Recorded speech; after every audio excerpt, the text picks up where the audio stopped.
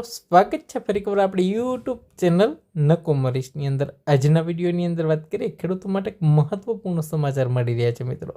સરકારની તમામ યોજના ખેતીવાડીને લગતી આ ખેડૂત પોર્ટલ ઉપર છે યોજનાઓ આવતી હોય છે, જેની અંદર બાગાયતી યોજના હોય, ખેતીવાડીને લગતી યોજના હોય, પશુપાલનને લગતી યોજના હોય કે મત્સ્યપાલનને લગતી યોજના હોય છે। આ ખેડૂત પોર્ટલ ઉપર આવતી હોય નવો નિયમ છે આધાર ઓથેન્ટિકેશન એટલે કે ઈ-KYC નો આવેલો છે। વર્ષ 2026-23 માટે ગુજરાત સરકારે આ ખેડૂત પોર્ટલ ઉપર તમામ જેટલી ઓનલાઈન અરજી કરવામાં આવશે એના માટે છે નિયમ લાગુ કરેલો છે, જેની અંદર મિત્રો હવેથી કોઈ પણ ખેતીવાડી યોજના, પશુપાલન યોજના, બાગાયતી યોજના અરજી કરવા માટે ખેડૂત આધાર ઓથેન્ટિકેશન ફરજિયાત રહેશે મિત્રો। ઈ-KYC હોવું જરૂરી રહેશે। મોબાઈલ નંબર લિંક એટલે કે તમારો આધાર કાર્ડ સાથે મોબાઈલ નંબર લિંક હશે તો જ તમે OTP દ્વારા છે એનું વેરિફિકેશન કરી શકશો અને તમારી અરજી છે સ્વીકારવામાં આવશે। એટલે કે આ ખેડૂત પોર્ટલ ઉપર પણ હવે ઈ-KYC કરેલ હશે તો જ તમે છે ઓનલાઈન અરજી કરી શકો છો મિત્રો। જો તમારો આધાર કાર્ડ સાથે મોબાઈલ લિંક નથી તો વહેલી તકે તમારે લિંક છે કરાવવો ફરજિયાત રહેશે, અન્યથા તમે ફોર્મ નહીં ભરી શકો છો। એના માટે તમારા નજીકના આધાર સેન્ટર, મામલતદાર ઓફિસ અથવા જનસેવા કેન્દ્ર પર જઈ મોબાઈલ નંબર લિંક કરાવી શકો છો મિત્રો।